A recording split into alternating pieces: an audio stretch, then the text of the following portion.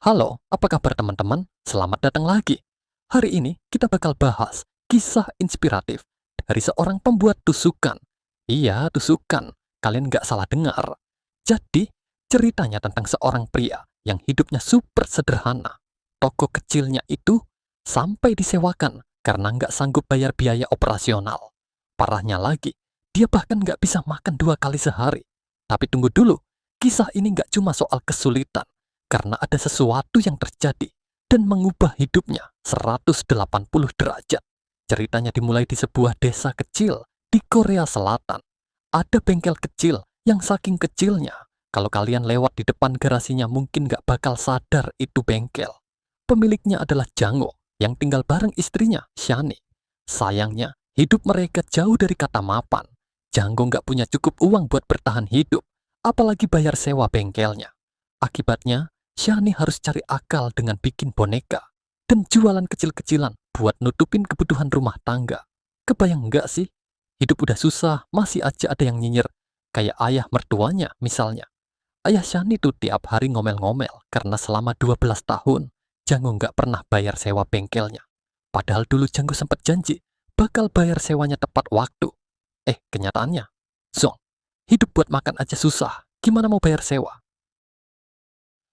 Saat sedang makan, Jango melihat sesuatu yang bikin darahnya mendidih. Sebuah truk besar banget lewat tepat di depan tokonya. Truk itu bukan cuma bikin tokonya nggak kelihatan, tapi juga bikin makanannya terasa hambar. Udah lapar, emosi pula. Dengan amarah yang meledak-ledak, Jango langsung meluncur ke lokasi proyek yang jadi sumber truk-truk itu.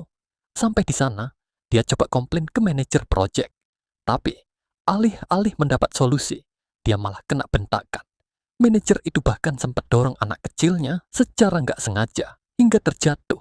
Karena insiden itu, Jango berakhir di kantor polisi. Polisi di sana tahu betul kalau hidup Jango memang susah banget. Tapi bukannya bantu, mereka malah nyinyir. Salah satu petugas bilang, kalau tokonya aja nggak laku, ngapain nyalain orang lain?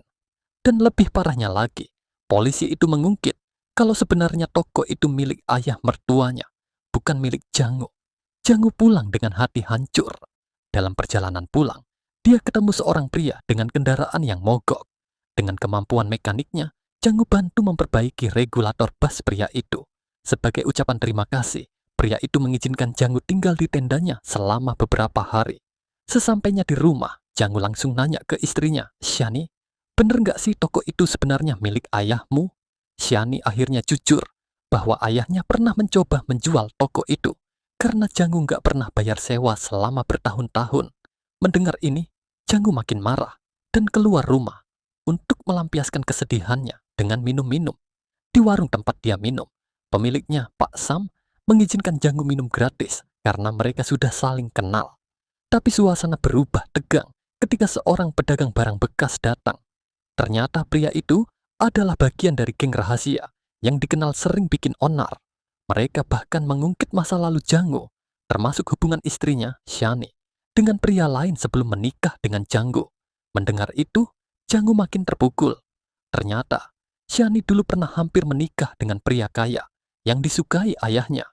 Tapi karena suatu alasan, Shani memilih Jango. Meskipun hidup mereka sulit, suatu hari Shani harus menghadiri pesta keluarga di rumah kerabatnya. Tapi, bukannya disambut hangat, dia malah mendengar para kerabatnya mulai bergosip buruk tentang suaminya, Jango. Mereka mengeceknya habis-habisan. Kamu tuh salah besar nikah sama Jango. Lihat dong hidupmu sekarang. Shani cuma bisa diam, tapi dalam hati, dia merasa terluka. Sementara itu, Jango yang sempat ingin menyusul Shani ke pesta, malah mengalami kejadian memalukan. Dia meminjam uang untuk membeli kue sebagai tanda hormat. Tapi sebelum sempat masuk ke pesta, beberapa orang di gerbang melihatnya dan mengolok-oloknya. Kamu ngapain ke sini? Mana ada tempat buat orang seperti kamu? Kata salah satu dari mereka. Merasa direndahkan, Jango memilih untuk pergi. Dengan hati hancur, dia berjalan kaki pulang. Di tengah jalan, dia melempar kue yang dibelinya tadi. Namun, saat perjalanan pulang, Jango melihat sebuah mobil mogok di pinggir jalan. Meski sedang kesal, dia tetap membantu memperbaiki mobil itu. Tapi orang yang dia bantu tidak memberikan uang sepeser pun. Hanya ucapan terima kasih yang dingin. Setelah orang itu pergi, Jangu memperhatikan jalanan sekitar dan menyadari ada banyak paku bertebaran. Dari situlah muncul ide di kepalanya. Kalau banyak mobil yang kena tusukan di sini, mereka pasti bakal datang ke bengkelku. Tokoku bisa mulai ramai lagi. Tak lama kemudian, sebuah mobil berhenti di tempat itu. Dan betapa terkejutnya Jangu ketika melihat pemiliknya adalah kerabat Shani yang baru saja menghina mereka. Mobil itu mengalami tusukan ban, dan Jangu membantu memperbaikinya tanpa berkata apa-apa. Sebagai gantinya, kerabat itu memberikan sejumlah uang. Meski kecil, Jangu menerimanya dengan wajah tanpa ekspresi. Shani, yang merasa aneh melihat kejadian itu, hanya diam. Malam itu, Jangu pulang ke rumah, tapi dia tidak bisa tidur. Kata-kata hinaan dari para kerabat Shani terus terngiang-ngiang di kepalanya.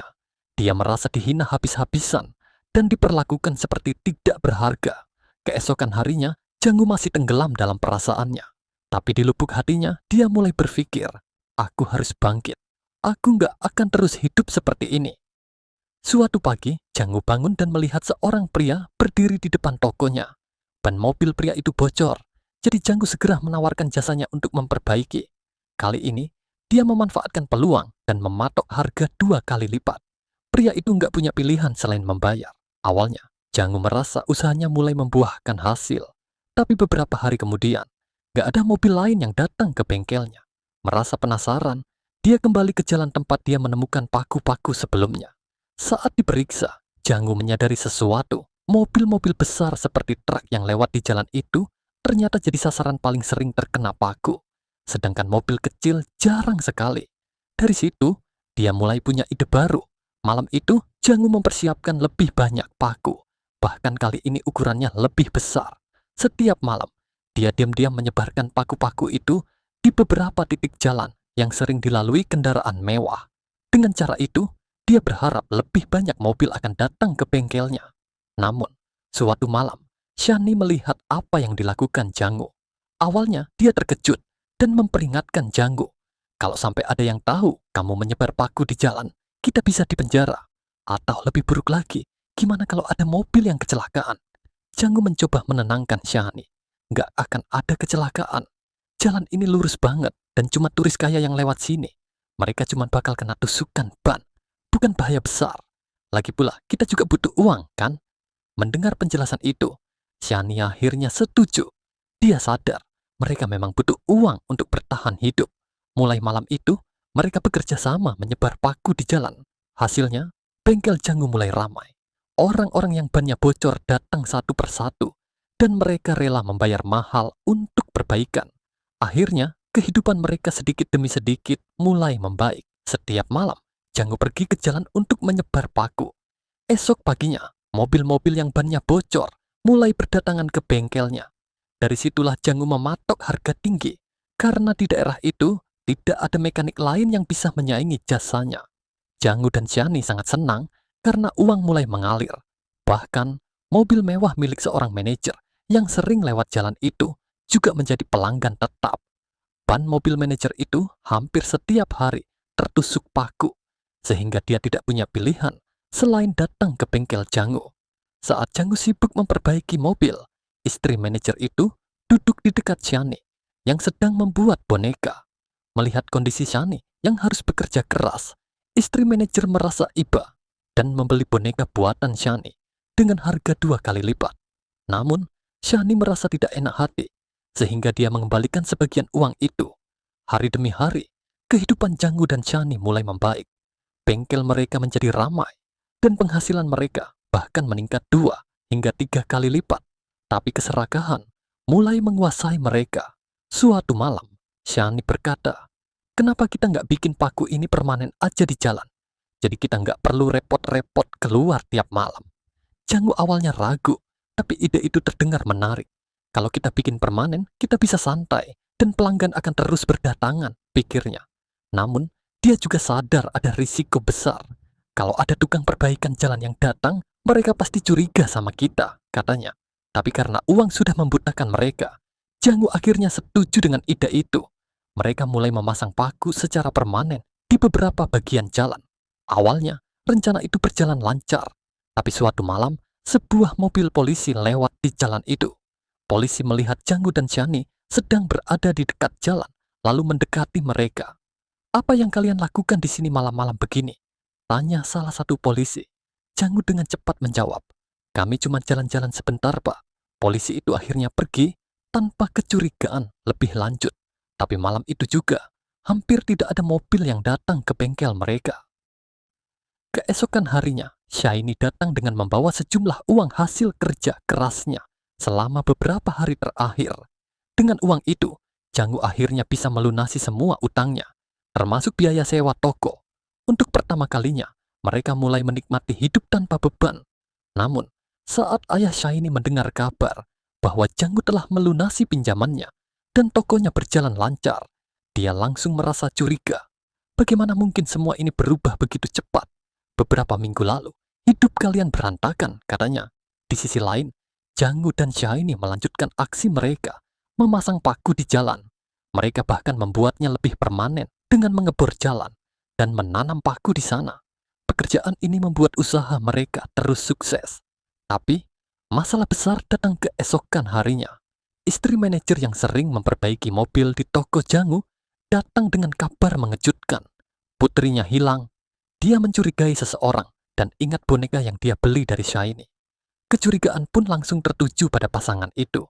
Polisi mulai menyelidiki. Salah satu petugas bahkan mengingat pernah melihat Janggu dan Shiny di jalan pada malam hari. Dengan bukti yang masih samar, polisi memutuskan untuk memeriksa rumah dan toko mereka. Ayah Shiny ikut dipanggil ke kantor polisi. Alih-alih membela anak dan menantunya, dia justru mempermalukan Janggu di depan polisi. "Aku tahu ini akan terjadi.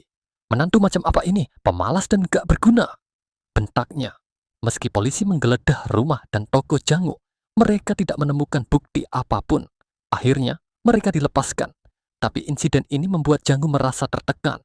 Setelah kembali ke rumah, Janggu memutuskan untuk melanjutkan pekerjaan malamnya, memasang paku di jalan. Namun kali ini dia melakukannya dengan rasa was-was. Shiny mencoba menenangkannya. "Kita nggak menculik siapa-siapa. Semua tuduhan itu bohong. Jangan khawatir, semuanya akan baik-baik saja." Tapi Janggu tetap merasa ada yang tidak beres. Dia yakin polisi masih mengawasi mereka. Dan benar saja, malam itu seorang petugas polisi diam-diam mengikuti Janggu. Dia melihat Janggu sedang melakukan sesuatu di tengah jalan. Setelah selesai berurusan dengan toko, Janggu berjalan menyusuri area sekitar untuk melihat apa yang terjadi. Saat mengamati jalanan, dia akhirnya menyadari sesuatu.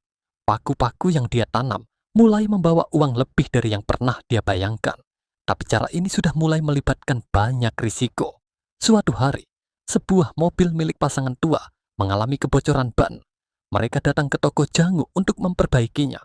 Namun, karena mereka juga butuh uang untuk pergi ke rumah sakit, pasangan itu meminta diskon. Janggu menolak memberi diskon, tapi bersedia menerima pembayaran dalam bentuk barang dari toko kelontong mereka. Saat pasangan tua itu keluar dari toko, Shiny tiba-tiba melihat sosok Pak Ibu, ayahnya, berjalan mendekat. Ternyata Pak Ibu sudah mengetahui trik mereka dengan paku-paku itu. Dengan nada serius, dia berkata, "Aku tahu apa yang kalian lakukan. Jangan sampai orang lain tahu, atau semua ini bisa berakhir buruk." Shiny tidak memberikan jawaban apapun. Dia hanya pulang dengan perasaan campur aduk. Malam itu, Shiny dan Janggu berusaha tidur, tapi pikiran mereka terus berkecamuk. Janggu merasa bersalah karena telah mengambil uang lebih dari pasangan tua itu.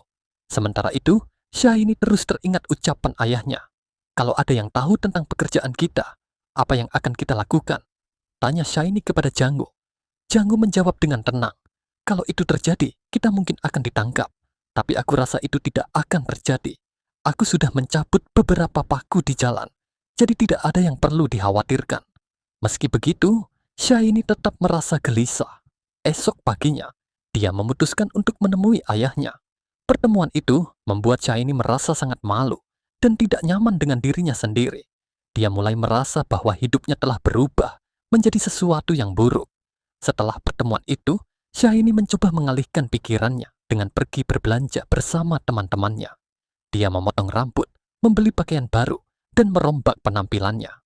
Saat pulang, Janggu terkejut melihat perubahan besar pada Shiny. "Apa perlunya melakukan semua ini?" tanya Janggu. Namun Syaini hanya diam dan tidak memberikan jawaban apapun. Malam itu, dia menangis sendirian, merasa menyesal atas semua yang telah terjadi. Keesokan harinya, Jang Woo sedang sibuk bekerja di toko ketika dia mendengar suara keras dari luar. Dia bergegas keluar dan melihat bahwa sebuah mobil telah mengalami kecelakaan. Panik, dia langsung mencabut paku-paku yang tertanam di jalan agar polisi tidak menemukan bukti keberadaan mereka. Namun saat dia sibuk membersihkan, seorang pria yang keluar dari mobil itu melihat Jang Woo. Tanpa pikir panjang, pria tersebut langsung melarikan diri. Tak lama setelah itu, tempat kejadian perkara dipenuhi oleh polisi dan media. Ternyata, pria yang melarikan diri itu adalah penculik yang selama ini dicari polisi.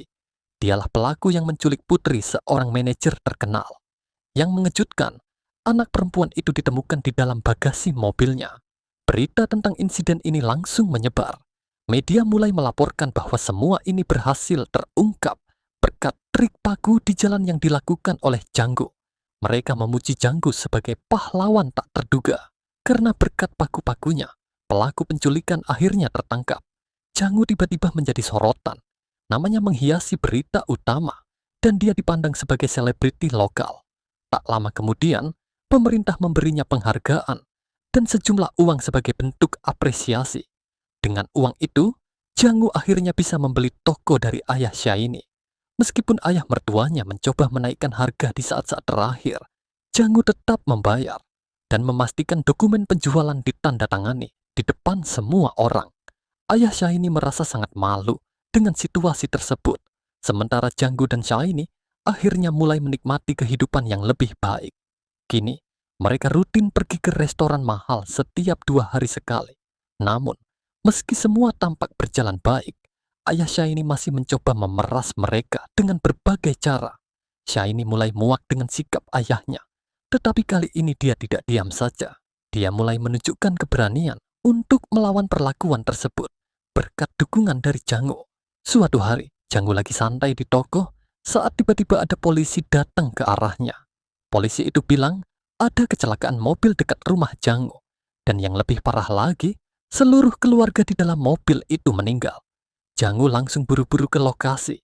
Begitu lihat wajah keluarga yang tewas, rasanya seperti ada yang menahan napas di dadanya. Hati Jang Woo langsung dihantui perasaan bersalah yang dalam. Saat dia lagi duduk bengong di depan toko, Pak Mom datang.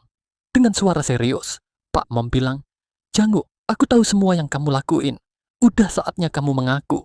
Pak Mom cerita kalau sejak toko Jang Woo mulai laris, bisnisnya dia sendiri malah turun drastis. Tapi yang lebih parah, Pak Mom nyalahin Jang Woo sebagai penyebab kecelakaan itu.